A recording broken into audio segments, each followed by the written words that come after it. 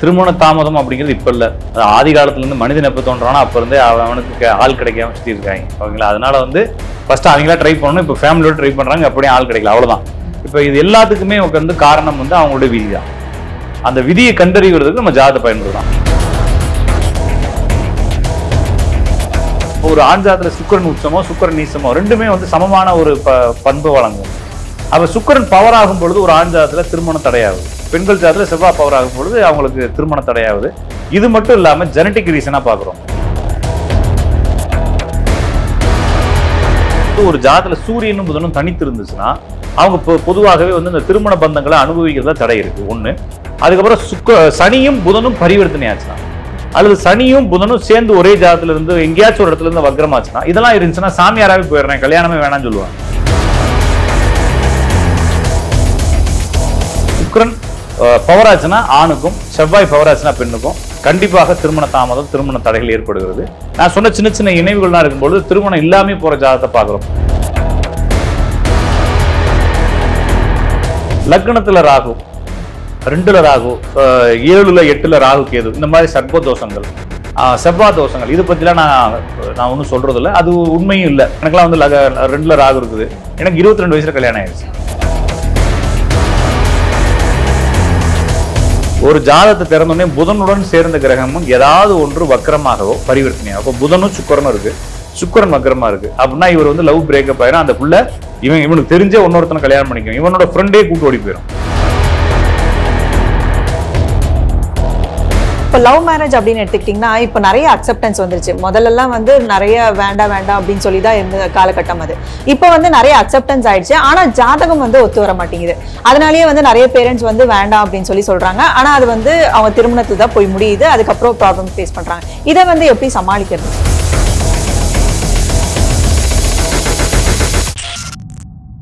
Astro Tamil அன்பு நேயர்களுக்கு வணக்கம். நம்ம சேனல்ல தொடர்ந்து ஜோதிட ரீதியாவும் ஆன்மீக ரீதியாவும் பல இன்ட்ரெஸ்டிங்கான விஷயங்கள் பார்த்துட்டு இருக்கோம். அந்த வகையில இன்னைக்கு ஜோதிட ரீதியா ஒரு சில விஷயங்கள் பேசுறதுக்காக நம்ம கூட இன்னைக்கு ராஜநாடி ஜோதிடர் கா பார்த்திபன் அவர்கள் இருக்கிறாங்க. வணக்கம் சார். வணக்கம். நேயர்கள் அனைவருக்கும் வணக்கம் சார். நம்ம சேனல்ல போன தடவை பேர்கள் பத்தி, கைரேகை பத்தி நிறைய விஷயங்கள் நம்ம நேயர்களுக்காக சொல்லியிருந்தீங்க. நம்ம நேயர்களும் நிறைய கமெண்ட் செக்ஷன்ல பார்க்கும்போது நிறைய விஷயங்கள் அவங்களும் பகிர்ந்துக்கிட்டாங்க. ரொம்பவே சந்தோஷமா இருந்தது. ஸோ இந்த பதிவுல ஜோதிட ரீதியா ஒரு சில விஷயங்கள் பார்க்கலாம் சார். இப்போ நிறைய பேருக்கு திருமணம் அப்படிங்கிற ஒரு விஷயத்துல நிறைய பிரச்சனைகள் வருது. அது எதனால அப்படின்னு பார்க்கும்போது இப்போ முன்ன ஒரு 30 years 50 yearsக்கு முன்னாடி பார்க்கும்போது அப்பவுமே அந்த சூழ்நிலைக்கு ஏற்ற மாதிரி பிரச்சனைகள் இருக்கதா செய்யுது. இப்போ பெருசா பேசுறதுக்கான சான்சஸ் நிறைய இருக்கு இல்லைங்களா? சோ இதை நீங்க எப்படி பாக்குறீங்க? ஜாதக ரீதியா இதற்கு ஏதாவது காரணம் இருக்கா சார்? அதாவதுங்க, இது திருமண தாமதம் அப்படிங்கிறது இப்ப இல்ல. அது ஆதி காலத்துல இருந்து மனிதன் எப்ப தோன்றானோ அப்ப இருந்தே அவனுக்கு ஆள் கிடைக்காம சுத்தி இருக்காங்க. ஓகேங்களா? அதனால ஃபர்ஸ்ட் அவங்களா ட்ரை பண்ணணும். இப்போ ஃபேமிலியோட ட்ரை பண்றாங்க, அப்படியே ஆள் கிடைக்கல, அவ்வளவுதான். இப்போ இது எல்லாத்துக்குமே காரணம் அவங்களுடைய விதி தான். அந்த விதியை கண்டறிவதற்கு நம்ம ஜாதகத்தை பயன்படுத்தணும். அப்ப ஜாதகம் தான் காரணம் கிடையாது, விதி காரணம். அந்த விதியை ஜாதகங்கள் வெளிப்படுத்துது. அந்த ஜாதகத்தை வச்சு நம்ம அவருடைய விதியை இப்போ புரிஞ்சுக்கிறதுனால ஜாதகங்களை தான் பயன்படுத்த வேண்டியிருக்குது. கைரேகைகளையும் பார்க்கலாம். இன்னும் உங்களுக்கு என்னென்ன மெத்தடு மனிதனை பற்றி கண்டுபிடிக்கிறதுக்கு இருக்கோ எல்லாத்துலேயுமே அது புரிஞ்சுக்கிறதுக்கு வழி இருக்குது. நம்ம ஜோதிடத்துல பொதுவாக பாரம்பரிய அஸ்ட்ராலஜி, வேடிக் அஸ்ட்ராலஜில கலஸ்திரஸ்தானம், குடும்பஸ்தானம் 2, 7 இந்த 2 தான் மெயினா, ரொம்ப மெயினா குடும்பத்துக்கும் இந்த திருமண வாழ்க்கை அதை கண்டினியூவா நடத்தி கொண்டு போறது, இது மாதிரி எல்லா விஷயத்துக்குமே பாக்குறாங்க. அப்ப பொதுவா ஜோசிக்காரங்க சுத்த ஜாதகம் சொல்லுவாங்க. சுத்தமா இருக்கும், டைடு போட்டு துவசமா இருக்கும், ஒன்னும் இருக்காது அப்படின்ற மாதிரி இருக்கும். ஆனா கல்யாணமே ஆகாது. அதுக்கப்புறமா சில குடும்பங்கள்ல கல்யாணம் ஒரு சேட்டு வீடுன்னு சொல்றாங்க, ஜெயின் வீடுகள் இருக்கு இல்லைங்களா? அதுல 13 வயசுல 14 வயசுல கல்யாணம் பண்ணி வச்சிருவாங்க. அவர் ஜாதகம் மாதிரியே இன்னொரு ஜாதகம், இப்ப உயர்குலம் அப்படின்னு சொல்றாங்க இல்லைங்களா நம்ம சமூகத்துல, அவங்க பேரெல்லாம் சொல்லக்கூடாதுன்னா நீங்க புரிஞ்சுக்குங்க. அந்த மாதிரி ஒரு சமூகத்துல பாத்தீங்கன்னா, அந்த மாதிரி ஒரு குலத்துல பாத்தீங்கன்னா இதே ஜாதகம் அன்னைக்கே பிறந்திருப்பாரு, பக்கத்து வீட்டுக்காரர் இருப்பாரு. ஓகேங்களா? அவர் ஜாதகத்தை பார்த்தோம்னா அவருக்கு 40 வயசு ஆகும், கல்யாணம் ஆகாது. அப்ப இவரு ஜாதகத்துல 13 வயசு இந்த சேட்டு வீட்டுல கல்யாணம் ஆயிரும். அப்ப இவருக்கு ஒரு 20 வயசுல ஆகும், கொஞ்சம் டிலேயா நடக்கும். இவங்க சாதாரண ஒரு 29 வயசுல கல்யாணம் சொல்லுவோம், ஆனா அவருக்கு 40 வயசு ஆகும். காரணம் என்ன? அவங்க சித்தப்பாவுக்கு, பெரியப்பாவுக்கு, மாமாவுக்கு, அந்த சமூகத்துல எல்லாருமே 30 வயசுக்கு மேல தான் கல்யாணம் பண்ணுவாங்க. அப்ப இது சொசைட்டியாகவும் குலங்கள் சார்ந்தும் சமூகம் சார்ந்தும் அது பார்க்க வேண்டியது இருக்குது. அப்ப நம்மளை பொறுத்த அளவுக்கு நம்ம என்ன சமூகத்துக்கு ஜாதகம் பார்க்கிறோம், அது ஒரே ஜாதகமா இருக்குன்றதுக்காக நம்ம இவருக்கு ஒரு பலனும் இவருக்கு ஒரு பலனும் சொல்ல வேண்டிய அவசியம் இருக்கு. ஏன்னா வாழ்க்கை சூழல் அதான் சொல்லுவாங்க, ஜோசியம் என்பது காலம், தேசம், வர்த்தமானம், சுருதி, யுத்தி, பேதம் இதெல்லாம் அனலைஸ் பண்ணி தான் நம்ம பலன் சொன்னோம். எல்லாத்துக்கும் ஒரே பலனா நம்ம சிவகாமி ஜோசி மாதிரி சொல்லிட முடியாது. அப்ப பொதுவா பாக்குறப்ப 7ஆம் இடத்தையும் 2ஆம் இடத்தையும் ஜோசிக்காரங்க பாரம்பரிய ஜோசிக்காரங்க பாக்குறாங்க. அதையே வந்து கிரகங்கள் அடிப்படையில் பார்க்கணும்னா 2ஆம் இடத்தினுடைய அதிபதியும் 7ஆம் இடத்தினுடைய அதிபதியும் சுக்கிரனா தான் இருக்கு காலபுருஷத்துக்கு. அப்ப வந்து நம்ம சுக்கிரன் எப்படி இருக்குது ஒரு ஜாதகத்துல அப்படின்றத வச்சு பார்க்கலாம். நாடி மெத்தட் அப்படின்னு சொல்றப்ப கிரகங்களுடைய காரங்கள் எடுக்கும் பொழுது ஒரு பெண் ஜாதகத்துல செவ்வாயும் ஆண் ஜாதகத்துல சுக்கிரனும் ஏதோ ஒரு வகையில முக்கியமாயிருச்சுன்னா அவங்களுக்கு கல்யாணம் பண்ண விடுறது இல்லை. நிறைய பேர் என்ன நினைப்பாங்கன்னா முக்கியம்னே ஒரு ஜாதத்துல சுக்கிரன் உச்சமா இருக்குது, சுக்கிரன்லாம் உச்சம் அப்படின்னு சொல்லுவாங்க, ஒருத்தர் கல்யாணமே ஆகாது. அப்ப செவ்வாய் உச்சமான பெண்களுக்கு கல்யாணமே ஆகாது. செவ்வாய் உச்சமோ நீசமோ ரெண்டும் ஒண்ணுதான். அப்போ ஒரு ஆண் ஜாதத்துல செவ்வாய் சுக்கிரன் உச்சமோ சுக்கிரன் நீசமோ ரெண்டுமே வந்து சமமான ஒரு பண்பு வழங்கும். அப்ப சுக்கிரன் பவர் ஆகும் பொழுது ஒரு ஆண் ஜாதத்துல திருமணம் தடையாகுது. செவ்வாய் ஜாதத்துல செவ்வாய் பவர் ஆகும், பெண்கள் ஜாதத்துல செவ்வாய் பவர் ஆகும் பொழுது அவங்களுக்கு திருமணம் தடையாகுது. இது மட்டும் இல்லாம ஜெனட்டிக் ரீசனா பாக்குறோம். நம்ம ஃபர்ஸ்ட் பார்த்தது சமூகம் ரீதியாக பாக்குறோம். சமூக ரீதியா பாக்குறது நீங்க ஜாதகம் பார்க்க தேவையில்லை, அவர் என்ன சமூகம்னு பார்த்தாலே அவங்களுடைய ஜெனட்டிக் மரபுகளை பார்த்தா புரிஞ்சுக்கலாம். அதுக்கப்புறமா இப்ப நான் வந்து இந்த ஒரு குலமோ ஒரு ஜாதியோ அந்த மரபுல பிறந்திருக்கிறேன். இருந்தாலும் எங்க சித்தப்பா பிள்ளைகளுக்கு பெரியப்பா பிள்ளைகளுக்கு வேற மாதிரி ஆயிடுச்சு, எங்க சொந்தக்காரனுக்கு வேற மாதிரி ஆயிடுச்சு, ஆனா எனக்கு மட்டும் ஆக மாட்டேதுங்கிறது வந்து இது வந்து மரபு ரீதியான பிரச்சனை. அப்ப எனது குலத்துக்குள்ளேயே எனது மரபு ஒண்ணு தனியா போயிட்டு இருக்கு இல்லைங்களா, அது ஒரு தனி ரூட் எடுத்து போயிட்டு இருக்கு. அதை பாத்தீங்கன்னா எங்க சித்தப்பாவுக்கு கல்யாணமே இருக்காது, எங்க பெரிய தாத்தா பையன் ஒருத்தன் சாமியாரா போயிருப்பான். அப்ப இந்த மாதிரி ஒரு ஜெனட்டிக்ல நான் பிறக்கிறேன் அப்படின்னாலும் அதுவும் பிரச்சனையாகும். இப்போ ஒரு வீட்டுல வந்து சிப்ளிங்ஸ் இருக்காங்க, ஒரு 4-5 பேர் இருக்காங்க அப்படின்னா இப்போ 3 பேருக்கு கல்யாணம் ஆயிடுது, இன்னொருத்தருக்கு வந்து கடைசியா இருக்கவங்களுக்கு வந்து தாமதம் ஆகுது அப்படிங்கும் போது இது ஆமா நீங்க அப்படியே பாத்தீங்கன்னா இவங்க அப்பாவோட அண்ணன் தம்பிங்க இவங்க அம்மாவோட அண்ணன் தம்பி பாத்தீங்கன்னா ஒருத்தர் இது மாதிரி கல்யாணம் ஆகாம முரட்டு சிங்கிளாவே இருந்துட்டு இருப்பாரு. அவங்களோட ஆமா இது அது மரபு ரீதியா வருதுன்றது புரிஞ்சுக்கலாம். இதுக்கு காரணம் வந்து ஒரு ஜாதத்துல சூரியனும் புதனும் தனித்து இருந்துச்சுன்னா அவங்க பொதுவாகவே வந்து இந்த திருமண பந்தங்களை அனுபவிக்கிறதா தடை இருக்கு ஒண்ணு. அதுக்கப்புறம் சனியும் புதனும் பரிவர்த்தனை ஆச்சுன்னா, அல்லது சனியும் புதனும் சேர்ந்து ஒரே ஜாதத்துல இருந்து எங்கேயாச்சும் ஒரு இடத்துல இருந்து வக்ரமாச்சுன்னா, சனி ஒரு இடத்துலயும் புதன் ஒரு இடத்துலயும் வக்ரமாச்சுன்னா, சனியும் புதனும் சுக்கிரனுடைய ராசியில இருந்துச்சுன்னா, இதெல்லாம் இருந்துச்சுன்னா சாமியாராவே போயிடுறேன் கல்யாணமே வேணாம்னு சொல்லுவாங்க. அப்ப சூரியன் புதன் தனித்திருப்பது, அது சூரியன் புதன் ராகு கேதுவோட சேர்ந்து இருக்கிறது, சூரியன் புதன் சந்திரனோட சேர்ந்து இருக்கிறது, எல்லாமே வந்து சந்ததி விருத்திகளை தடை செய்வது. அப்ப இவங்களுக்கு சந்ததி ஜெனரேஷன் டெவலப் ஆகக்கூடாதுன்றதுக்காக இவங்களுக்கு குடும்ப உறவு இருக்காது. நிறைய பேருக்கு நல்லா லவ் பண்ணி கல்யாணம் பண்ணிக்குவாங்க, அதுக்கப்புறமா இவங்களுக்குள்ள ஒரு உறவுகள் இருக்காது. அப்ப இந்த அமைப்பு, அதுக்கப்புறமா வந்து நம்ம சனி புதன் பரிவர்த்தனை அமைப்பு, இது எல்லாமே வந்து குடும்ப விஷயங்களை டிஸ்டர்ப் பண்றது. அதுக்கப்புறம் ஒரு ஜாதத்துல சந்திரனும் சூரியனும் 1, 5, 7, 9 இருந்துச்சுன்னா, சந்திர சூரிய இணைவுகள் வந்து பொதுவாக ஒரு குடும்பத்துக்கு மேல அன்பை குறைக்கிறது. பெண்கள் டாமினன்ட் ஆகுறது, ஆண்கள் எப்பவுமே அப்படியே டம்மி ஆகிட்டே வருவாங்க காரணம் இல்லாம. அப்ப பெண்கள் பவர் ஆகும்போது ஆண்களுக்கு இங்க வேல்யூ இல்லாம போகும்போது அந்த குடும்பம் சிறப்பா இல்லாம போறது, அதுவுமே வந்து சூரியன் சந்திரன் நினைவுமே கொஞ்சம் தாமதப்படுத்தும் குழந்தைகளை. இந்த அமைப்புகள்லாம் இருக்கும் பொழுது சந்ததி விருத்திகள் சம்பந்தமாக மரபுறுதியாக தாமதம். சிலருக்கு இதெல்லாம் எதுவுமே இருக்காது, வெறும் சுக்கிரனும் ராகுவும் சேர்ந்திருக்கும், இல்லைன்னா சுக்கிரனும் கேதுவும் சேர்ந்திருக்கும், இல்லைன்னா சுக்கிரன் உச்சமாயிருக்கும், சுக்கிரன் வக்ரம் பரிவர்த்தனை விளிம்பாயிருக்கும். அப்ப ஆஞ்சாதத்துல எப்படி இருந்துச்சுன்னா அவருக்கு திருமண தாமதம் ஆகலாம். அப்ப திருமண தாமதம் ஆகலன்னா ஒரு அவங்களுடைய குடும்ப சூழலை கேட்டு சித்தப்பாவுக்கு எத்தனை வயசு, பெரியப்பாவுக்கு எத்தனை வயசு, அப்பாவுக்கு எத்தனை வயசுன்னு கேட்ப 30, 32, 33 உங்களுக்கு 34 ஆயிடுச்சு. இப்ப கோச்சார கிரகங்கள்லாம் வரும்போது நடந்துருன்னு சொல்லலாம். எங்க வீட்டுல வந்து 42 வயசு தான் எங்க அப்பாவுக்கு, எங்க பெரியப்பாவுக்கு 44 வயசுல, எங்க அப்பாவுக்கு அப்புறமா தான் அவருக்கே ஆச்சுன்னு சொல்லுவாங்க. அப்ப இன்னும் கொஞ்ச நாள் வெயிட் பண்ணுவோம், உனக்கு இன்னும் அதுக்கான டைம் வரலன்னு சொல்ல வேண்டியதான். அப்ப நம்ம மரபு ரீதியா பாக்குறோம், ஜாதக ரீதியா பாக்குறோம், அதுக்கப்புறம் எல்லாத்தையும் பார்த்துட்டு ஒரு முடிவுக்கு வரோம். இன்னொன்னு, இந்த ஜாதகத்துல சுக்கிரனுடன் சேர்ந்த கிரகங்கள் வக்ரம் பரிவர்த்தனை ஆயிருக்கும். அப்ப இவர் கல்யாணம் பண்ணாம ஏதாச்சும் வேற கனெக்ஷன்ல ஓட்டிட்டு இருப்பாரு அந்த தெருவுல. அப்ப இவர் கல்யாணம் பண்ணவும் மாட்டாரு, கேட்டாலும் எனக்கு கல்யாணம் வேணாம்னு சொல்லுவாரு, இவர் தனியா ஒரு குடும்பமே ஓட்டிட்டு இருப்பாரு. அந்த ஜாதகத்துல குருவுடன் செவ்வாய் சேர்ந்து, குருவுடன் சேர்ந்த கிரகங்கள் வேற வக்ர கிரகங்களும் பரிவர்த்தனை கிரகம் சேர்ந்துச்சுன்னா இவரும் 2வது திருமணம் பண்ணுவாரு. அப்ப இன்னொரு திருமணம் பண்ணி வச்சா இந்த பிள்ளைய போய் இன்னொருக்கே இதே கனெக்ஷன் ஓடி. அப்ப என்னன்னா இது வந்து தவறான உறவுகள், வேற ஒரு எக்ஸ்டர்னல் மேரிட்டல் அஃபேர் மாதிரி வேற ஒரு உறவுகளுக்குள்ளே போறது, அதனால இந்த கல்யாணம் பண்ணிக்காம இருக்கிறது. நிறைய பேர் பாத்தீங்கன்னா ஒரு பிள்ளையோட இருப்பாங்க, வெளியே வீட்டுக்குலாம் தெரியாது, அந்த பிள்ளைக்கு மட்டும் வேற ஊர்ல வச்சு வாழ்ந்துட்டு இருப்பாங்க, அவங்க வந்து கல்யாணம் பண்ண மாட்டாங்க. இந்த மாதிரி குழப்பத்துல நிறைய இருக்கு பாக்குறோம். இப்போ வந்து திருமணம் அப்படின்னு எடுத்துக்கிட்டீங்கன்னா நிறைய பேருக்கு இது வந்து ஒரு புது லைஃப் அப்படின்னு சொல்லி ஒரு ஹாப்பினஸோட இருப்பாங்க இல்லைங்களா, அவங்களுக்கெல்லாம் வந்து திருமணம் வந்து தடையாயிட்டே இருக்கும், நிச்சயதார்த்தமே வந்து தடையாயிட்டே இருக்கும். ஆனா ஒரு சிலருக்கெல்லாம் வந்து இப்போ கல்யாணம் பண்ணிப்பாங்க, அதுக்கப்புறம் டிவோர்ஸ் ஆகி அவங்க லைஃப் பாட்டுக்கு போயிட்டு இருக்கும். ஒரு 50 இயர்ஸ்க்கு அப்புறம் வந்து ஒரு துணை இருந்தா நல்லா இருக்குமே அப்படின்னு சொல்லி எதிர்பார்ப்பாங்க. இந்த 2 சுச்சுவேஷன்ஸும் நீங்க எப்படி பாருங்க? வேற ஒண்ணுல, ஒரு ஜாதத்துல குருவுடன் சேர்ந்த கிரக வக்ரம் பரிவர்த்தனை அவங்களுக்கு ஒரு உறவு இல்லாம 2 உறவு ஏற்படும். அது எத்தனை வயசுல வேணாலும் ஏற்படலாம். நேத்து போன ஒரு 3 மாசம் முன்னாடி 2 மாசம் முன்னாலே ஒரு லேடிக்கு வந்து 78 வயசு, என்னுடைய துணையை நான் எப்போது கண்டுபிடிப்பேன்னு சொல்லி எனக்கு மெசேஜ் அனுப்பிச்சுக்கிறாங்க. அதை நம்ம சிரிக்கலாம் தேவையில்லை, அது அவங்களுக்கு தேவை இருக்குது. 75 வயசுல அவங்களுக்கு தேவை இருக்குது.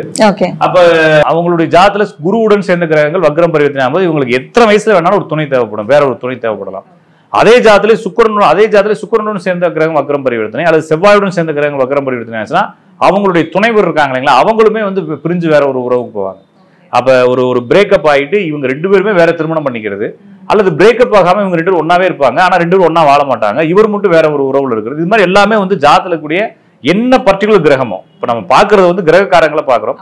அப்ப சப்ஜெக்ட் யாரு, நம்ம யாருக்கு பாக்குறோம்? அப்ப ஜாதகம்ன்றப்ப குருங்கிறப்ப குருவுடன், ஆண் பெண் எல்லாத்துக்குமே குரு தான். அப்ப ஜாதகத்துல பாக்குறோம் குருவுடன் சேர்ந்த கிரகங்கள் வக்ரம் பரிவர்த்தனையா இருப்ப இந்த ஜாதகர் வேறு ஒரு உறவுகளோட வந்து போறதுக்கான உறவுகள் கூட இணைஞ்சிருக்காருன்னு அர்த்தம், அவ்வளவுதான். அப்ப அதே தான் பாக்குறோம். இப்ப இந்த மாதிரி அமைப்பு இருக்கும்போது சாதாரணமா இப்ப எனக்கு மட்டும் வரதில்ல, பாக்குறப்ப சூரியனோட சந்திரனோடய இது மாதிரி கிரகங்கள் இருக்கு. அப்ப அப்பா அம்மாவுடைய ஜெனட்டிக்லையும் இதே மாதிரி குணம் இருக்குது. அப்ப எல்லாமே 2 கனெக்ஷனாவே வந்துகிட்டு இருக்கும், டபுள் ட்ராக்காவே ஓடிட்டு இருக்கும். இதை பார்த்தோன்னே தெரிஞ்சிடும். இதை தடுக்கிறதுக்கு ஏதாச்சும் வழி இருக்குதா, பரிகாரம் இருக்குதான்னா ஒன்றும் கிடையாது. அப்படி இருக்கிறதா இருந்தால் முருகன் கோயிலுக்கு போகணும்னு சொல்லுவேன் நான். ஓகேங்களா? இப்போ கல்யாணம் 2 கல்யாணம் ஆகுது, இப்போ சில பிள்ளை வராங்க, வரும்பொழுது ஐயா ஜாதகம் பார்க்கணும்னு 18 வயசு ஆகும் பிள்ளைக்கு. அம்மா 2 கல்யாணம் இருக்கு பிள்ளைக்கு, பையனுக்கு 2 கல்யாணம் இருக்கு, என்னங்க ஏதாச்சும் பரிகாரம் இருக்குன்னா முருகன் கோயிலுக்கு போங்க. முருகன் கோயிலுக்கு போனீங்கன்னா அங்க என்ன நடக்கும்? அங்க என்ன இருக்கும்? முருகன். கடவுளுக்கே 2 கல்யாணம் ஆகுனா ஆயிட்டு ஆகும், ஒண்ணும் செய்ய முடியாது. தெரிஞ்சுக்கிட்டு நீ வீட்டுல வந்து அமைதியா உட்கார், நடக்கிறது நடக்கும்னு சொல்ல வேண்டியதான். அப்ப நடக்கணும் விதி இருந்தா என்ன நடக்கணும் நடக்கும்.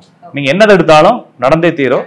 இதை ஜோசியம் என்பது அக்செப்டன்ஸ் அதிகமாக்குவதற்காக தான். நம்ம வந்து இப்போ இப்படி ஜாதக அமைப்பு இருக்கு, அப்போ ஒருத்தருக்கு சுக்கிரன் வக்ரமா இருக்கு, அல்லது சுக்கிரன் பரிவர்த்தனையா இருக்குது, அல்லது சுக்கிரன் உச்சமா இருக்குது, ஜாதக பாக்குறோம், ஒரு 24 வயசு ஆகுது, உங்களுக்கு கல்யாணம் அவ்வளவு ஈஸியா நடக்காது. எதுக்கு இப்ப இருந்து அழுதுகிட்டே இருக்கிற? 24 வயசுல இருந்து பரிகாரம், கொடுமுடி, திருச்செந்தூர், ராமேஸ்வரம், காசி வரைக்கும் போயிட்டு வந்துட்டு கடைசியில இவருக்கு எல்லாம் முடிச்சு தாடியெல்லாம் வளர்ந்து நடச்சதுக்கு அப்புறமா கல்யாணம் நடக்கும். அதை இப்பயே சொல்றேன், வேற எங்கேயும் போகாத, ஏதாச்சும் வேலை வெட்டியப்பாரு, நிம்மதியாரு ஜாலியாருன்னு சொல்ல வேண்டியது. அப்ப சுக்கிரன் பவராச்சுன்னா ஆணுக்கும், செவ்வாய் பவராச்சுன்னா பெண்ணுக்கும் கண்டிப்பாக திருமண தாமதம், திருமண தடைகள் ஏற்படுகிறது. நான் சொன்ன சின்ன சின்ன இணைவுகள்லாம் இருக்கும்போது திருமணம் இல்லாம போற ஜாதகத்தை பாக்குறோம். ஆனா எப்பயுமே வந்து திருமணம் இல்லாம போற அளவுக்கு சாத்தியங்கள் இல்லை. நம்ம பார்க்க வேண்டியது, ஒரு டாக்டர்கிட்ட போறோம், நிறைய இருமல் வருது அப்படின்னா அவர் என்ன செய்வார் அப்படின்னா, நேற்று என்ன சாப்பிட்ட, கூல்ட்ரிங்க்ஸ் குடிச்சா, வெயில சுத்துனியா, வேற ஏதாச்சும் குடிச்சா, இப்படித்தான் கேட்பாரு. தவிர அவனோட பீடி சிகரெட் குடிப்பா, காசு நோய் இருக்கா, டிபி இருக்கான்னு ஃபர்ஸ்ட் எடுத்துன்னு கேட்க மாட்டாரு. அது மாதிரி நம்மளும் வரவங்கள்ட்ட என்ன சொல்றோம்னா, திருமண தாமதம் இருக்கும், தடை இருக்குன்ற மாதிரி ஒரு பேசிக்கா ஆரம்பிக்கிறோமே தவிர எடுத்தோடனே 2 கல்யாணம் ஆகுமா 3 கல்யாணம் ஆகுமான்ற விஷயத்தை நம்ம பாக்குறது இல்லை. நிறைய பேருக்கு பார்க்க மாட்டாங்க, மெதுவா தான் பார்க்கணும். அப்ப ஜாதகத்தை எடுத்து பார்க்கணும். நிறைய விஷயங்கள் கேஸ் ஸ்டடி பண்ணும்போது ஜாதகரும் நம்மளுக்கு சப்போர்ட் பண்ணணும். நிறைய பேர் நினைக்கிறாங்கன்னா ஜோசிக்காரன் வந்து ஏதோ மேல இருந்து அப்படி பேசுறது போல, அப்படிலாம் ஒண்ணும் இல்லை. ஜாதகரும் சப்போர்ட் பண்ணணும். அவங்களுக்கு தான் கேட்க வந்திருக்காங்க. நாங்க கேட்கக்கூடிய கேள்விகள் நிறைய பேர் பாத்தீங்கன்னா, சித்தப்பாவுக்கு கல்யாணம், அப்பாவோட பிறந்தவங்க யாருக்காச்சும் 2 கல்யாணம் இருக்கான்னு கேட்பேன். அதெல்லாம் உங்களுக்கு தேவையில்லாத வேலை, எனக்கு முன்னு சொல்லுங்கன்னு கேட்பாங்க. அது அவங்களுடைய இதை புரிஞ்சுக்க முடியுது. அப்ப என்னன்னா, ஜாதகத்தில் 2 திருமணம் ஆவதற்கும், திருமண முறிவுகள் ஆவதும், திருமண வாழ்க்கை சரியில்லாமல் போவதற்கும் சுக்கிரன், செவ்வாய், குரு இந்த 3ம் ரொம்ப பவர். இந்த சூரியனும் புதனும், சனியும் புதனும் இது வந்து கொஞ்சம் சந்ததி விருத்திகளை தடை செய்யக்கூடிய அமைப்பு. இதை புரிஞ்சுட்டா போதும். இந்த லக்னத்துல ராகு, 2ல ராகு, 7ல 8ல ராகு கேது, இந்த மாதிரி சர்ப்ப தோஷங்கள், செவ்வாய் தோஷங்கள், இது பத்திலாம் நான் ஒன்றும் சொல்றது இல்லை. அது உண்மையும் இல்லை. ஏன்னா நிறைய பேருக்கு பாக்குறோம், லக்னத்துல ராகு இருக்கிறவனுக்குலாம் 20-22 வயசுல கல்யாணம் அதெல்லாம் பாக்குறேன். எனக்குலாம் வந்து 2ல ராகு இருக்குது, எனக்கு 22 வயசுல கல்யாணம் ஆயிடுச்சு. இப்படித்தான் பண்ணணும், அப்படிதான் பண்ணணும், எந்த ரூல்ஸும் கிடையாது. ஜாதகத்துல கூடிய கிரகங்கள், நான் சொல்றது பொதுவான பலன்கள் அப்படிங்கிறது இல்லாம, அவங்க என்ன சொல்றாங்கன்னா, 2ஆம் இடமும் லக்னமும் 8ஆம் இடமும் 7ஆம் இடமும் வந்து குடும்பத்தை குறிப்பது, சாதகரை குறிப்பது, ஜாதகருடைய மனைவியை குறிப்பதுன்றதுனால அந்த இடத்துல ராகு உட்காந்து அதை டிஸ்டர்ப் பண்ணணும்னு நினைக்கிறாங்களே தவிர, அது எப்படி இருந்தாலும் டிஸ்டர்ப் ஆகத்தான் செய்யும். சின்னதா டிஸ்டர்பன்ஸ் இருக்கும். அதுக்குன்னு அதே மாதிரி ஆளையே பிடிச்சு, இப்ப ஒரு அரக்கருக்கு இருக்கு, இன்னொரு அரக்கருக்கு பிடிச்சி கல்யாணம் வச்சா குடும்பத்துல குப்பை தான் போடுன்ற மாதிரி, இது மாதிரி காம்பினேஷன்ல சேர்த்தே ஆகணுன்ற மாதிரி நிறைய பேர் சொல்லி அனுப்புவாங்க ஜோசியக்காரங்க. அப்படிலாம் ஒண்ணும் இல்லை. ஜாதகம் சிறப்பாக இருந்தா நீங்க நல்ல ஜாதகமா பொருத்தி பார்க்கணும்னு அவசியம் இல்லை. ஒரு ஒண்ணுக்கு மேல ஜாதகம் இருக்குன்னு வச்சுக்கோங்களேன், ஒரு 2 கல்யாணம் ஜாதகம் இருக்கு, அது நீங்க என்ன பெர்ஃபெக்டான ஜாதகம் பார்த்தாலும் என்ன ஆகுங்க, ஒன்றும் பண்ண முடியாது. அது 2 கல்யாணம் தான் ஆகும். நீங்க பொருத்தம் பார்க்கறதோ பொருத்தம் பார்க்காதோ உங்களுடைய மன திருப்திக்கு தானே தவிர, நீங்க பொருத்தம் பார்த்ததுனால ஒருத்தருடைய வாழ்க்கையை நீங்க சரியா அமைச்சிட்டீங்க அப்படிங்கிறது எதுவும் கிடையாது. அப்ப ஜாதகத்துல நம்ம தெரிந்து கொள்ள வேண்டியது, இந்த ஜாதகம் எப்படி போய் நிற்கும் அப்படின்னு தெரிஞ்சுக்கலாம். இப்போ ஜாதகம் பார்த்தோன்னே இந்த குடும்பத்தினுடைய வாழ்க்கையை பத்தி புரிஞ்சுக்கலாம். ஓகே, இப்போ நீங்க பேசிட்டு இருக்கும்போது சொன்னீங்க, இப்போ வந்து ஒரு தாமதம் திருமணம் அப்படிங்கும் போது, இப்போ அண்ணன் தம்பிங்க இருக்கிறாங்க அப்படின்னா, இன்னொருத்தருக்கு வந்து தாமதமா நடக்குது அப்படின்னா அவங்களோட ரிலேட்டிவ்ஸ்க்கு அந்த மாதிரி நடக்கும் அப்படிங்கிற மாதிரி சொல்றீங்கல்ல, இது வந்து எப்படி ஒரு குடும்பத்தோட கர்ம வினையா? கர்ம வினை எல்லாமே கர்ம வினை தானே, பிறப்பே கர்ம வினை தானே. இது கர்ம வினையா இல்ல இயல்பாவே எப்படி இருக்குதா? இப்போ ஒரு ஆட்டோமொபைலில் போகிறோம், ஒரு பைக் வாங்குறோம், அந்த பைக் மேனுஃபேக்சரிங் எல்லாத்துலேயும் சைலன்ஸ் துருப்பிடிக்குங்கிறான். ஒரு குறிப்பிட்ட கம்பெனியில் எல்லா மாடலையும் சைலன்ஸ் துருப்பிடிக்க தான் செய்யுது. அப்போ மேனுஃபேக்சரிங் டிஃபெக்ட்னு சொல்கிற மாதிரி இதுவும் மேனுஃபேக்சரிங் டிஃபெக்ட் தான் சொல்ல வேண்டியது. ஜீனுடைய டிஃபெக்ட் தான். ஒருவேளை இந்த ஜீனோட டிஃபெக்ட்டுக்கு காரணம் கர்மாவா இருக்கு அப்படின்னா ஆமா கர்மா டிஃபெக்ட். ஏன்னா நம்மளுக்கு கர்மா பற்றி தெரியாது. அப்படி ஒரு வேளை இருந்துச்சுன்னா ஆமா அப்படிதான் சொல்ல வேண்டியது. அது தெரிஞ்சதுனால மட்டும் ஒன்றும் மாற்ற முடியாது. நம்ம 5 கர்மா சொல்றாங்க. சஞ்சிதம், பிராப்தம், ஆகாமியம், காமியம், நிஷ்காமியம் 5 கர்மாதனால நம்ம பிறந்திருக்கோம்னு சொல்றாங்க. ஒருவேளை அப்படி கண்டுபிடிச்சதுனால மட்டும் என்ன செய்ய முடியும்? ஒன்றும் செய்ய முடியாது. இப்போ நம்ம பைக் வாங்கிட்டா அந்த பைக்ல வந்து எல்லாம் சைலன்ஸ் துருப்பிடிக்கும், கண்டுபிடிச்சாலும் ஒன்றும் பண்ண முடியாது. தண்ணி கிண்ணி விடாம பாத்துக்கலாம், எப்படின்னா துருப்பிடிச்சுன்ற மாதிரி நம்ம வாழ்க்கை அவ்வளவுதான். அப்போ வந்து கர்மான்னு பேர் வச்சுக்கலாம், நீங்க வேற என்ன பேர் வேணாலும் வச்சாலும் வாழ்க்கை அப்படிதான் இருக்க போகுது. இதுக்கு காரணம் நம்ம இந்த உடம்புல ஏதோ ஒரு ப்ராசஸ்க்காக வந்திருக்கிறோம். அந்த ப்ராசஸை சார்ந்த உடலை தான் இந்த ஆன்மா தேர்ந்தெடுக்கும். ஒண்ணுக்கு முன்னாடி இப்போ நான் வந்து இந்த இடத்துல இந்த பார்த்திவனா வாழணுன்ற ஒரு ஐடியா வந்துட்டு நான் போயிட்டு உங்க உடம்பை நான் தேர்ந்தெடுக்க முடியாது. இப்போ இந்த உடம்பு தான் அந்த ஆன்மா தேர்ந்தெடுக்கும். வாழ்க்கை இப்படி தான் இருக்கும். நான் என்ன நினைச்சாலும் ஒருவேளை நான் மாத்தி இந்த கேமரா பாக்குறாரு இல்லையா, அவரோட உடம்பு மாதிரி எனக்கு வேணும்னு சொல்லி கேட்டா என்னோட வாழ்க்கை அப்படி வர வேண்டிய அவசியமே. எல்லாத்துக்கும் யூனிக்கா ஏதோ ஒரு ரீசன் இருக்குது. அந்த ரீசனை நம்ம பயன்படுத்தணும். இதை நம்ம பேசி ஏதோ ஒரு பாட்டுல வந்து விதி என்பது ஆறுதலுக்காகத்தான், விதி என்ற வார்த்தையே ஆறுதலுக்காகத்தான்ற மாதிரி வேற ஒண்ணும் இல்ல. விதின்ற வார்த்தையை வச்சு நம்மளால ஒண்ணுமே பண்ண முடியாது. ஒரு ஆறுதலுக்கு எல்லாம் விதி அப்படின்னு சொல்லிட்டு ஒரு ஆறுதலை ஏற்படுத்தி கொண்டு போவதற்கு தானே தவிர பேசுனதுனாலே பேசாதனாலே வாழ்க்கை மாற போறதே கிடையாது. ஓகே, இப்போ நிறைய ரீசெண்டா வந்து இப்போன்னு இல்ல, முதல்ல இருந்தே வந்து நிறைய நியூஸ் சேனல்ஸ்ல எல்லாம் வந்து திருமணம் மேடையில போய் கல்யாணம் நிக்கிறதெல்லாம் பாக்குறோம் இல்லைங்களா? அப்படி இருக்கும்போது வந்து நிறைய தடைகள் அங்கேயுமே வந்து ஏற்படுது. அப்படிங்கும் போது வந்து லவ் லைஃப்லயுமே அந்த மாதிரி தடைகள்லாம் வந்து ஏற்படுறது பார்த்துட்டு தான் இருக்கும். சோ இது வந்து கிரகங்கள்னாலேயே எந்த மாதிரியான கிரகங்கள் வந்து ஜாதகத்துல காதலை குறிப்பது புதன். ஒரு ஜாதகத்தை திறந்தோடனே புதனுடன் சேர்ந்த கிரகமும் ஏதாவது ஒன்று வக்கரமாகவோ பரிவர்த்தனையாகவோ. இப்போ புதனும் சுக்கரனும் இருக்கு, சுக்கரன் வக்கரமா இருக்கு அப்படின்னா இவர் வந்து லவ் பிரேக்கப் ஆயிரும். அந்த புள்ள இவனுக்கு தெரிஞ்சே இன்னொருத்தனை கல்யாணம் பண்ணிக்கும், இவனோட ஃப்ரெண்டே கூட்டு ஓடி போயிடும். ஒருவேளை பொண்ணா இருந்துச்சுன்னா இவங்க இந்த பொண்ணையும் கரெக்ட் பண்ணிட்டு இருப்பான், அந்த பொண்ணோட ஃப்ரெண்டையும் கரெக்ட் பண்ணிட்டு இருப்பாங்க. கொஞ்ச நாள் கழிச்சு அந்த பிள்ளையை கல்யாணம் பண்ணிடுவான். அப்போ புதனுடன் சேர்ந்த கிரகங்கள், நம்ம சப்ஜெக்ட் ஒண்ணுதான், எந்த கிரகத்தோடையும் சேர்ந்த கிரகங்கள் வக்கரம் பரிவர்த்தனை விளிம்பு ஆகக்கூடாது. அப்படி ஆச்சுன்னா இந்த கிரகம் அடி வந்துடும். அப்போ புதன்றது காதல்.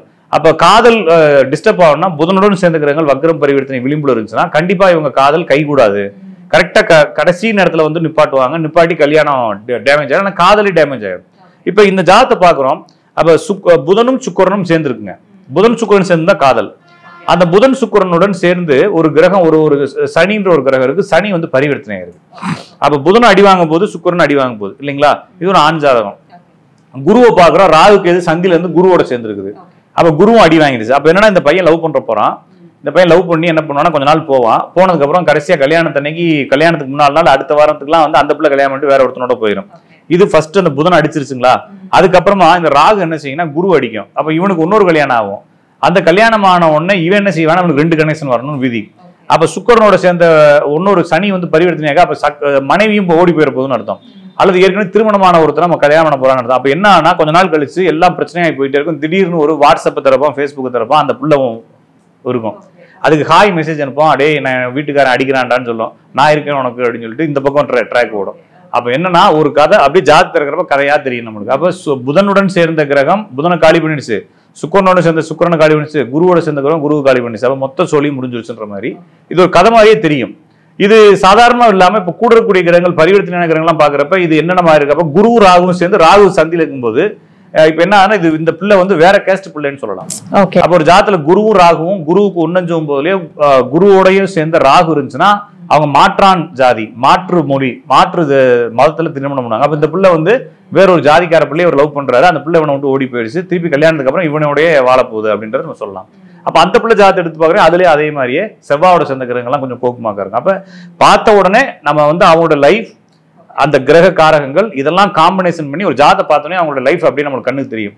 அதை நம்ம பழகத்தான் தைரியமா சொல்ல முடியும். இப்ப நான் சொல்றப்ப உங்க ஜாதகம் நடந்த ஜாதகம் எடுத்து யாராச்சும் பார்த்தாங்கன்னா அப்படியே தெரியும். ஆனா இதே மாதிரி ஜாதகம் ஒன்னொன்னு பாக்கும்போது அவங்களால தைரியமா சொல்ல முடியாது. ஏன்னா அனுபவத்துலதான் வரும். இப்ப நான் என்னோட வீடியோ பாக்குறவங்க நிறைய பேருக்கு ஜோசியம் புரியுற மாதிரி புரியும், ஆனா எடுத்து பக்கத்துல வச்சிட்டோம்னா பயம் வந்துடும். அதனால அதை புரிஞ்சுக்க வேண்டியது ஒரு ஜாதகத்தில் இந்த மாதிரி கிரகங்கள் இருந்தா பிரேக்கப் ஆகிறத பார்க்கலாம். ஓகே, இப்போ லவ் மேரேஜ் அப்படின்னு எடுத்துக்கிட்டிங்கன்னா இப்போ நிறைய அக்செப்டன்ஸ் வந்துருச்சு. முதல்லலாம் வந்து நிறைய வேண்டாம் அப்படின்னு சொல்லி தான் இருந்த காலகட்டம் அது. இப்போ வந்து நிறைய அக்செப்டன்ஸ் ஆயிடுச்சு. ஆனா ஜாதகம் வந்து ஒத்து வர மாட்டேங்குது. அதனாலேயே வந்து நிறைய பேரண்ட்ஸ் வந்து வேண்டாம் அப்படின்னு சொல்லி சொல்றாங்க. ஆனா அது வந்து அவங்க திருமணத்துல தான் போய் முடியுது. அதுக்கப்புறம் ப்ராப்ளம் ஃபேஸ் பண்றாங்க. இதை வந்து எப்படி சமாளிக்கிறது? நான் சமாளிக்கவே முடியாதுங்க. நான் என்கிட்ட கேட்பாங்க, சார் பொண்ணுகளே கேட்குது, சார் எங்க இந்த ஜாதத்தை கொண்டு போய் ஒரு ஜோசியிட்ட பார்த்தாங்க, இது பையன் பண்ணக்கூடாதுன்னு சொல்லிட்டாரு, பொருத்தம் இல்லைன்னு சொல்லிட்டாரு, என்ன சார் பண்ணலான்னு கேட்பாங்க. லவ் பண்ணிட்டல அப்புறம் ஜாதகம் பார்க்குறேன். ஓகே இல்லைங்களா? ஜாதகம் எதற்காக பார்க்குறோம்? பொருத்தம் அப்படின்னா ரொம்ப தெளிவாக புரிஞ்சுக்கணும். நம்ம தேர்ந்தெடுத்து ஒரு வாழ்க்கையை வாழவே முடியாது. இங்க இருக்கக்கூடிய லைஃப் வந்து சாய்ஸ்லெஸ். நம்மனால எந்த ஒரு தேர்ந்தெடுப்பும் இல்லை. அப்ப எதுக்காக ஜாதகம் பார்க்குறோம் அப்படின்னா, நம்ம ஒரு பயம், புதுசா இருக்காங்க. இப்போ நம்ம ஒரு பொருள் வாங்குறோம். இப்போ ஒரு சாம்சங் மொபைல் வாங்குறீங்க. வாங்குறதுக்கு முன்னாடி என்ன செய்யறீங்கன்னா, கூகுளில் போய் சர்ச் பண்றீங்க, ரிவ்யூ பார்க்குறீங்க, அந்த மாடலோட ரிவ்யூ பார்க்குறீங்க. நம்ம யூஸ் பண்ண போகிறோம். அது நம்மளுக்கு டிஸ்டர்ப் இல்லாமல் நம்மளுக்கு ஒரு வசதியாக இருக்குமா, நம்மளுக்கு சூட்டபிளாக ஒரு போர்ட்டபிளாக கைக்குள்ள அடக்கமாக இருக்குமா நம்ம பார்க்குறோம் இல்லைங்களா? அப்போ ஒரு கல்யாணம் பண்ண போகிறோம், பொண்டாட்டியோ புருஷனையும் நம்ம ஏற்றுக்க போகிறோம், இவனை வச்சு குடும்பம் தள்ள முடியுமா அப்படின்னு ஒரு பயம் வருது. நம்ம பிள்ளைகளை இத்தனை வருஷம் வளர்த்து கொண்டு வந்தாச்சு, பிள்ளைகளை எங்கேயாச்சும் கொண்டு போய் குப்பையில் போட்டுறக்கூடாது அப்படின்ற மாதிரி இருக்கு. இப்போ என்ன நிறைய விஷயங்கள் நடக்குது. எனக்கு தெரிஞ்ச ஒரு பொண்ணு மேற்கு வங்கத்துல இருந்து வந்த ஒரு பையனை கல்யாணம் பண்ணிக்குது. அவனுக்கு ஆதார் கார்டும் தெரியாது, ஒன்றும் தெரியாது. கேட்டதுக்கு மேற்கு வங்காளத்துல அப்பா அம்மா இருக்கிறாங்கன்னு சொல்லிக்குது. இந்த பொண்ணு கல்யாணம் பண்ணிடுச்சு. 2 பேரும் சேர்ந்து ஃபாரின் போயிருக்காங்க. கொஞ்ச நாள் கழிச்சு அவன் ஆளை காணோம். இங்க வந்து கேட்கிறப்ப மேற்கு வங்காளத்துல இருந்து இவன் பேருன்னு சொல்றப்ப போலீஸ் எப்படி கண்டுபிடிப்பான்? மேற்கு வங்காளத்துல இவன் பேரு மட்டும் தான் சொல்லுதான். அவன் வந்து வெஸ்ட் பெங்கால் சொல்ல, எந்த ஊருன்னு சொல்லல. இந்த பிள்ளைக்கும் தெரியல. 2 வருஷமா வெயிட் பண்ணிட்டே இருக்குது. இது மாதிரி நம்ம நிறைய விஷயங்கள் பார்க்கும் பொழுது இந்த மாதிரி யாரும் மாட்டிக்க கூடாதுன்னு ஒரு பயத்துல என்ன செய்யறாங்கன்னா, ஜோசிக்கார்ட்ட போயிட்டு, ஐயா இந்த ஜாதகம் பார்த்தா நல்லா இருக்கா, இந்த பையன் நல்லவனா இருக்கிறானா அப்படின்னு கேட்கறாங்க. அந்த ஒரு பயத்தை போக்குவதற்காகத்தான் ஜோசியத்துறையை தவிர இந்த திருமண பந்தங்கள்ல வேற உங்களால எதுவுமே செய்ய முடியாது. அப்ப இந்த பிள்ளைக்கு வந்து இப்படித்தான் ஒருத்த மாட்டுவான், அவன் கூட சேர்ந்து வீணா போயிருந்த பிள்ளைன்னா, நிறைய ஜோசிக்காரங்களுடைய பிள்ளைகளுடைய வாழ்க்கை மட்டும் என்ன நல்லா இருக்கு, அவங்களுக்கும் அப்படித்தான். அவங்கவுங்க விதிதான். நான் சொல்றது அவங்கவுங்க விதி. ஜோசியம் எதுனா கொஞ்சம் பயத்தை போக்குவதற்கு, கொஞ்சம் தைரியத்தை ஏற்படுத்திட்டு திருமணம் செய்வதற்கு தானே தவிர, ஜோசி சொல்லிட்டாரு செய்யலான்ற ஒரு தைரியம். அப்ப இதுல என்ன நம்ம புரிஞ்சுக்கணும், ஜோசியத்துக்கும் நம்மளுடைய வாழ்க்கை திருமணத்துக்கும் தொடர்பு இல்லை. இருந்தாலும் நம்ம வந்து அடுத்த தடவை, இப்ப நான் ஏற்கனவே உங்க சேனல் சொன்னா தெரியல, எனக்கு நிறைய பிள்ளைங்க வந்து நிறைய பசங்க ஒரு பிசினஸ் ஆரம்பிக்கும் போது நம்மளை எடுத்துக்குவாங்க. என்ன செய்வாங்கன்னா, ஒரு ஜோசி என்ன சார் உங்களை நம்பி தான் சார் ஆரம்பிக்கிறேன்னு சொல்லுவாங்க. ஒரு செய்யறப்ப ஒரு ஃபிளாப் ஆயிரும். உடனே சார் உங்களை நம்பி தான் சார் செஞ்சேன், ஃபிளாப் ஆயிடுச்சு சார் அப்படின்னுவாங்க. அப்புறம் அவங்களை விடவும் மாட்டாங்க. திருப்பி அதை கண்டினியூ பண்றதுக்கு இன்னொரு இவங்க வந்து என்ன செய்வாங்கன்னா, டிராவல் பண்ணும்போது தான் செஞ்ச தவறுகளை ஃபுல்லா சுமத்துறதுக்கு எவனாச்சும் ஒரு கிணைய மாதிரி நம்ம ஜோசிக்காரன் கையில் வச்சுக்குவாங்க. கடைசி வரைக்கும் சுமத்தி சக்சஸ் ஆடா இவனை விட்டுருவானுங்க. எல்லா தொழிலையும் எல்லா இடங்களையும் அது மாதிரி கல்யாணத்துலயும் நம்ம ஆளு என்ன செய்யறாங்கன்னா, ஏதாச்சும் எவனையாச்சும் ஒருத்தனை சிக்கணும், அவங்க செஞ்ச தப்போ இல்லைன்னா தவறு நடந்துச்சா சுமத்துறதுக்கு. நல்லது நடந்துச்சுன்னா ஜோசிக்காரங்க எந்த ஜோசிக்காரங்களும் பாராட்ட போறது கிடையாது. அப்ப இது ஒரு மாதிரி சொசைட்டியே இப்படி ஒரு குழப்பத்துல இருக்குது. இந்த சொசைட்டிக்குள்ள ஒரு பயத்தை போக்குவதற்காக சமூகமா நம்ம காலங்காலமா இந்த பொருத்தம்ன்றவனை பாக்குறாங்களே தவிர, பொருத்தம் பார்ப்பதால் எந்த ஒரு இம்மி அளவு மாற்றத்தையும் ஏற்படுத்த முடியாது. ஒரு பயத்தை வேணா போக்கிட்டு நம்ம என்ன செய்யலாம், தைரியமா இப்போ நம்ம ஊருக்கு போறோம். அந்த ஊருக்கு போறப்ப ஒரு சின்னதா ஒரு 2-3 பேர்த்த கேட்கிறோம், எந்த பக்கம் திருப்பணும் அந்த பக்கம் திருப்பணும் தெரிஞ்சுட்டு நம்ம அங்க போய் தான் போராட போறோம். அந்த போராட்டத்தை அங்க போய் பார்த்துக்கலாம், கிளம்புறதுக்கு ஒரு தைரியத்தை ஏற்படுத்துற மாதிரி இந்த ஜோசியமே தவிர, இப்படி ஜோசியத்தை பார்த்ததுனால, திருமண பந்தத்தை பார்த்ததுனால மட்டும் இந்த திருமணத்தை நிப்பாட்டவோ நடத்தவோ மறுபடியும் சரி செய்யவோ எல்லா பிரச்சனையும் சரி செய்ய முடியாது. ஏன்னா நடக்கிறது நடக்கும். நீங்க பொருத்தம் பார்க்கறது உங்க பயத்தை போக்குவதற்கு தானே தவிர, நான் ஓப்பன் ஹார்ட்டா தான் பேசுறேன். எனக்கு ஒன்றும் பிரச்சனை இல்லை. நீங்க இதை பார்த்து ஜாதகம் பார்க்கறதுக்கு வராட்டினா கூட எனக்கு கவலை இல்லை. ஓகேங்களா? இருக்கிறதா தான். அப்ப ஜோசியத்துறை எதற்குன்னா, ஒரு தன்னம்பிக்கையை ஏற்படுத்துவதற்கு, அடுத்த ஸ்டேஜ் தன்னம்பிக்கையோட நடந்து போறதுக்கும், தைரியமா ஒரு விஷயத்தை தொடங்குவதற்கு தானே தவிர, நட்சத்திர பொருத்தமா இருக்கும். ஏன்னா நட்சத்திர பொருத்தத்துல ஒண்ணு மணி ஜோசிக்காரங்களுக்கே தெரியும். இருந்தாலும் அப்படியே ஓட்டிக்கிட்டு இருக்காங்க. மக்கள் கேட்கறாங்க, என்கிட்ட வரும்போது என்ன கேட்பாங்கன்னா, சார் ஜாதகத்துல பொருத்தம்லாம் விட்டுருங்க, எத்தனை இருக்குன்னு சொல்லுங்கன்னு கேட்பாங்க. 11க்கு இப்போ 9 இருக்கு, ஏன் வேணாங்கிறீங்கன்னு கேட்பாங்க. உனக்கு இஷ்டம்னா பண்ணி என்கிட்டே வரேன்னு கேட்பேன்.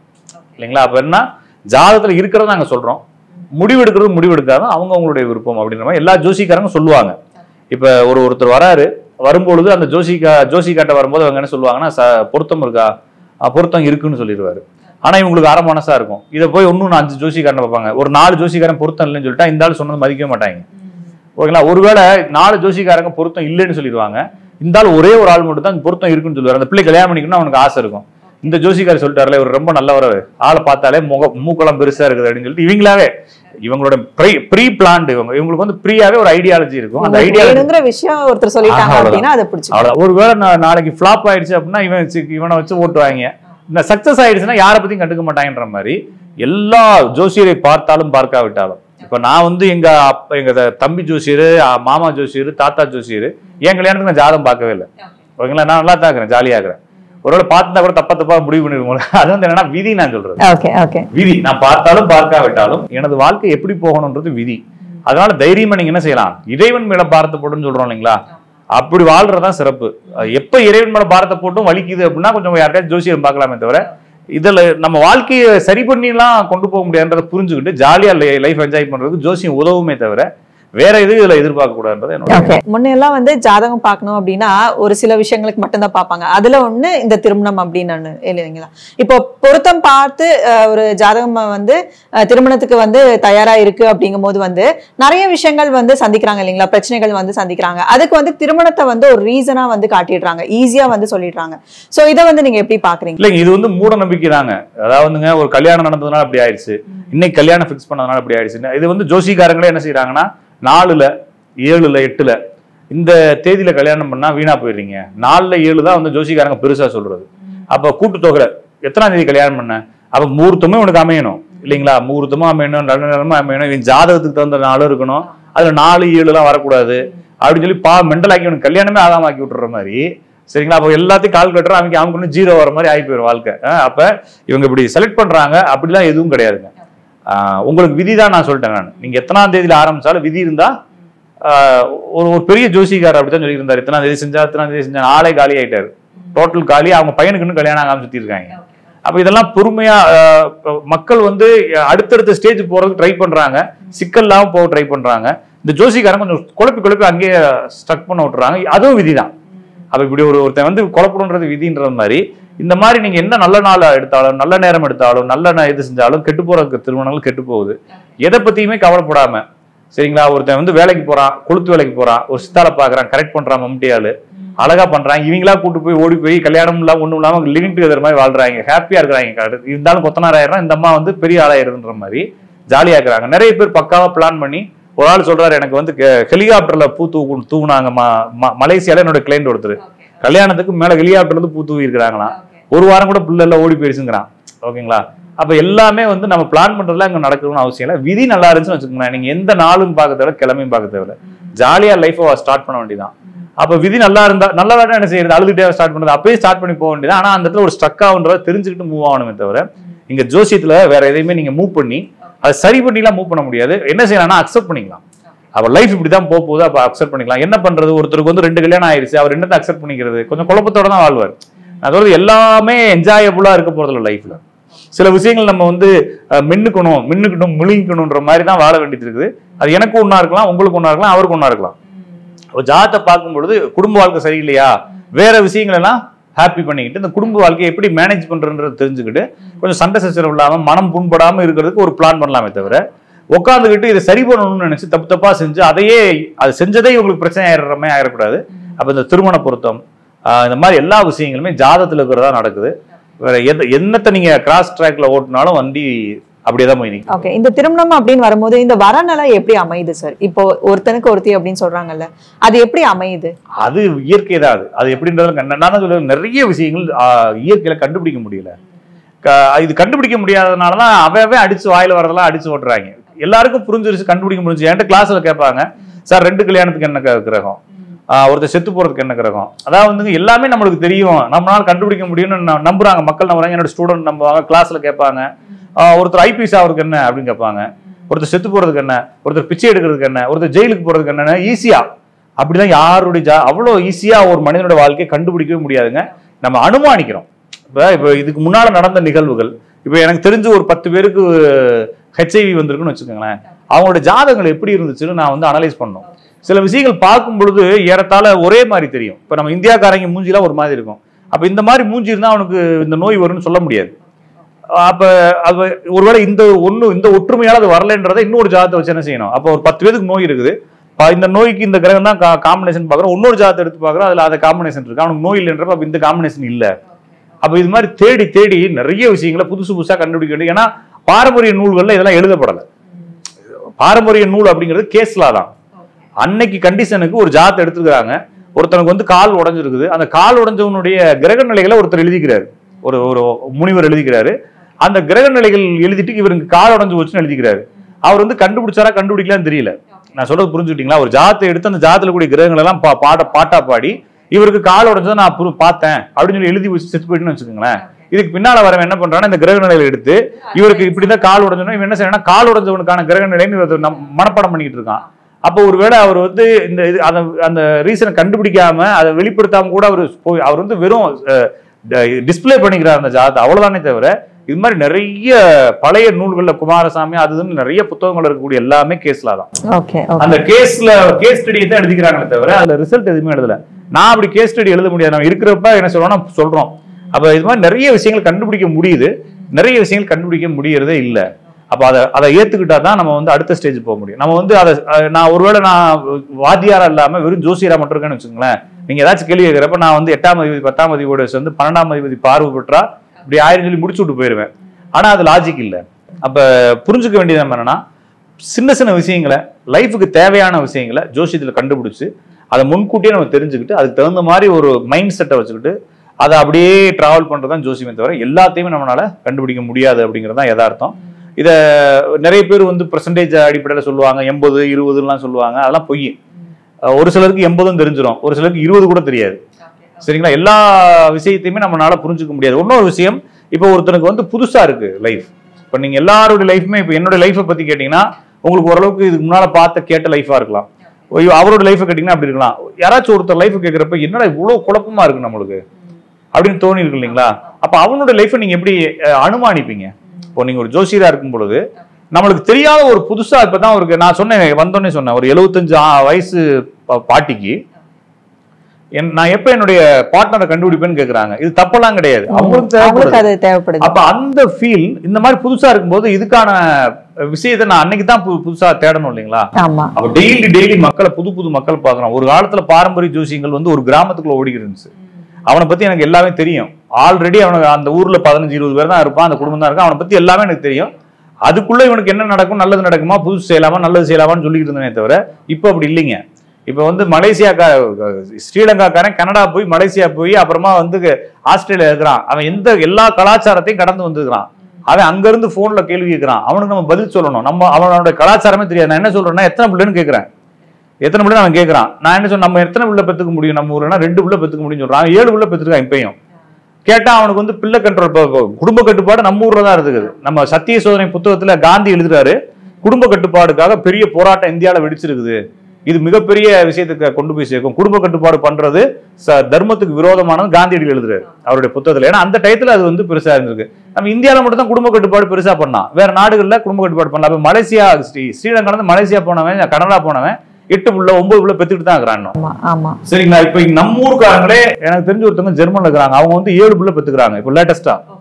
இப்போ ஒன்று டெலிவரி டயத்துல தான் எனக்கு பேசுனாங்க. கேட்டதுக்கு வந்து எங்க மைண்ட் செட் மாதிரி நல்லா நிறைய பிள்ளைகளோட வாழ்வோம் அப்படிங்கிறாங்க. அப்ப எல்லாமே மாறுதுங்க. அப்ப இந்த மாதிரி அனுமானிக்க தெரியாம போய் மாட்டிட்டுன்னு வச்சுக்கோங்களேன். ஜோசியம் என்பது அனுமானம் தான். உங்களுக்கு எவ்வளவு டேட்டா இருக்கோ அவ்வளவு டேட்டா வெளியே வரும். நீங்க ஒரு ஊருக்குள்ளே வாழ்ந்துட்டீங்கன்னா வராது. அப்ப எல்லாமே நம்மளால புரிஞ்சுக்க முடியாது, அனுமானிக்கிறோம். நிறைய விஷயங்கள் நம்மளுக்கு புதுசா தான் தெரியுதுன்ற அடிப்படையில இன்னும் நம்ம நிறைய கத்துக்கணும், நிறைய பார்க்கணும். ஒருவேளை நான் பார்த்து எழுதி வச்சாலும் இந்த எழுதின விஷயங்கள் நாளைக்கு தோத்து போகலாம். ஏன்னா நாளைக்கு வேற சமூகம் வந்துடும். கரெக்ட். ஆமா. இப்போ நீங்க ஜோதிடரா வந்து இப்படி சொல்றீங்க இல்லைங்களா? இப்போ வந்து ஜாதகத்துல என்ன இருக்குதோ அது வந்து அனுபவிச்சுதான் ஆகணும் அப்படின்னு, அதற்கான தீர்வு வந்து கிடையாது. இப்போ உனக்கு திருமணம் வந்து தடை ஏற்படணும் அப்படின்னா ஏற்பட்டுதான் ஆகணும், அதை நீ அனுபவிச்சுதான் ஆகணும், அதை வந்து நீங்க சொல்றீங்க. ஆனா மக்களுக்கு வந்து அதை ஏத்துக்கிற மனப்பான்மை வந்து இல்ல. இப்போ என்னோட குழந்தையோட வாழ்க்கை வந்து இப்படி ஆகும் அப்படின்னு நினைச்சாவே அவங்க வந்து பயப்படுற நிலைமைக்கு தான் இருக்கிறாங்க. சோ அவங்க எல்லாம் வந்து தீர்வுக்காக தானே எதிர்பார்ப்பாங்க. கண்டிப்பா தீர்வுக்காக தான் எதிர்பார்ப்பாங்க. இப்ப உதாரணத்துக்கு இப்ப நீங்க இருக்கிறீங்க, நான் இருக்கிறேன், இல்லைன்னா நம்ம வெளியே போற ஒருத்தரை கூப்பிடுறோம், மாசம் 25,000 சம்பாதிக்கிறாருங்க. ஒரு 2 லட்ச ரூபா சம்பாதிக்கிறது ஏதாச்சும் ஐடியா இருக்குமா அப்படின்னுட்டா எல்லாருக்கிட்டையும் உங்கள்கிட்ட இருக்கும். மாசம் ஒரு 2-3 லட்ச ரூபா சம்பாதிக்க ஐடியா இருக்கும். நம்ம என்ன முயற்சி செஞ்சாலும் என்ன ஆக மாட்டேது, வரவே மாட்டேது. அந்த 25,000 தாண்ட மாட்டேது, வண்டி போய் முட்டிட்டு நிக்குது. நம்ம என்ன முயற்சி பண்ணாலும் சரி, என்ன அவனா ஒருத்தர் 25 கோடி ரூபா மாசம் சம்பாதிக்கிறான், அவனும் இந்த ஊர்லயே இருக்கிறான். அப்ப நம்மளுக்கும் அவனுக்கு என்ன வித்தியாசம்? நம்ம வாழ்க்கை ஃபுல்லா, நான் சொல்றது 1 நாள் 2 நாள் இல்லைங்க, என்னோட லைஃப்ல வந்து ஒரு 30-25 வயசுல நான் என்னோட லைஃப் 20 வயசுல ஆரம்பிச்சிட்டேன்னா ஒரு 55 வருஷம் 35 வருஷமா என்னோட வாழ்க்கை அந்த 26,000 இருந்து 45,000 வரைக்கும் தான் உயர்ந்திருக்கே தவிர அதுக்கு மேல ஏறவே இல்லை. ஒருத்தனுடைய ஒரு நாள் சேலரி வந்து 2.5 லட்ச ரூபா போகுது. அவன் வந்து ஈஸியாக சம்பாதிக்க உங்களோட கஷ்டப்படவே இல்லை. அப்ப இந்த வேறுபாடு ஏன் வந்துச்சுன்றத இவங்களுக்கு புரியறது இல்லை. இவங்க என்ன முக்குனாலும் என்ன செய்ய முடியாதுங்க, மேல வரவே முடியாது. என்ன பரிகாரம் செஞ்சா நான் என்ன சொல்றேன்னா, கல்யாணம் ஆகுறதுக்கு பரிகாரம் செய்றீங்களா, சேலரி இன்க்ரீஸ் பண்றதுக்கு பரிகாரம் செய்ய சொல்லுங்க. ஏதாவது ஜோசிக்காரர் ஒரு 2 லட்ச ரூபாய் சேலரி எல்லாரும் இன்க்ரீஸ் பண்ணிடலாம். பொதுவா பண்ணி தமிழ்நாட்டோட டோட்டல் சேலரி இன்க்ரீஸ் பண்ணி ஒரு 2.25 லட்ச ரூபா 3 லட்ச ரூபாய்க்கு பரிகாரம் செஞ்சாங்கன்னா ஜோசிக்காரங்களாம் சேர்ந்து ஈஸியா வேலையை முடிச்சிடலாம் இல்லைங்களா? அப்ப இது மாதிரி சேலரி, என்னோட இன்கம், என்னுடைய சர்க்கம்ஸ்டன்ஸ், நான் எந்த அளவுக்கு ஹாப்பியா வாழணும், என்னுடைய ரூம் சைஸ், நான் உட்காந்துருக்க சோஃபா சைஸ் முதல் கொண்டு எல்லாம் ப்ரீ ஃபிக்ஸடு. இது யாருனாலையும் மாற்றவே முடியாது. ஆனா வரவங்களுக்கு ஆசை இருக்கு, எனக்கும் ஆசை இருக்குங்க. எனக்கும் வந்து பெரிய ஆளாயிரணும், நிறைய சம்பாதிச்சிடணும்னு ஆசை இருக்கு. ஆனா ஆசை நடக்கிறது இல்லை. அப்ப ஆசைப்பட்டதுக்காக பிரபஞ்சங்கள் தன்னுடைய எந்த விதியையும் மாத்திக்காது, அது அப்படியே தான் இருக்கும். அப்ப நம்ம வந்து இதை சொல்லி ஏத்துக்க வைக்கிறோம். இன்னும் நிறைய பேர் நோயின்னு பேசிட்டே இருப்பாங்க. இப்போ நான் போன வாரம் கூட ஒருத்தருக்கு நான் வந்து போன ஒரு 8-9 மாசத்துக்கு முன்னாடி பலன் சொல்லிக்கிறேன். அவருக்கு நான் வந்து 2 திருமணம்ன்றதை டைப் பண்ணி அனுப்பிச்சுக்கிறேன். உங்களுடைய திருமண வாழ்க்கை முறிவு நோக்கி நகர்ந்து கொண்டிருக்கிறது, கவனமாக இருக்கும்னு டைப் பண்ணி அனுப்பிச்சுக்கிறேன். அப்புறம் அவர் டார்ச்சர் பண்ணிக்கிறாரு என்ன போட்டு. அப்ப என்ன செய்யறது, 6 மாசம் வெயிட் பண்ணுங்க, அதுக்கப்புறம் நல்லா ஆயிருன்னு சொல்ல வேண்டியது இருக்குது இல்லைங்களா? திருப்பி 6 மாசம் கழிச்சு போன் அடிச்சு நீங்க 6 மாசம் வெயிட் பண்ண சொன்னீங்க, இன்னும் நல்லா ஆளுங்கிறாரு. நான் ஃபர்ஸ்ட் என்ன சொன்னேன் அப்படின்னு கேட்கிறப்ப 2 திருமணம் ஆகும்னு சொன்னீங்க, அதெல்லாம் டைப் பண்ணி தான் அனுப்பிச்சிருக்கீங்க, இப்ப என்ன சொல்லுங்க அப்படின்னா, இல்லைங்க நான் ஏத்துக்க முடியாதுங்கிறாரு. சரி இப்ப நான் என்ன சொல்றேன்னு எதிர்பார்க்கிறேன் அப்படின்னா, இல்லைங்க நீ ஃபர்ஸ்ட் வேற சொன்னீங்க அப்படின்னாரு. நான் என்ன சொன்னேன், இப்ப சரி இன்னொரு 6 மாசம் வெயிட் பண்ண சொன்னேன். சந்தோஷம் சார், வெயிட் பண்றேன்னு இருக்காரு. அவங்களா அப்ப மனசை சந்தோஷப்படுத்த ட்ரை பண்றாங்க தவிர நடக்காதுன்றப்ப நடக்காது. அப்ப இது என்ன அழுதாலும் என்ன புரண்டாலும் நடக்காது.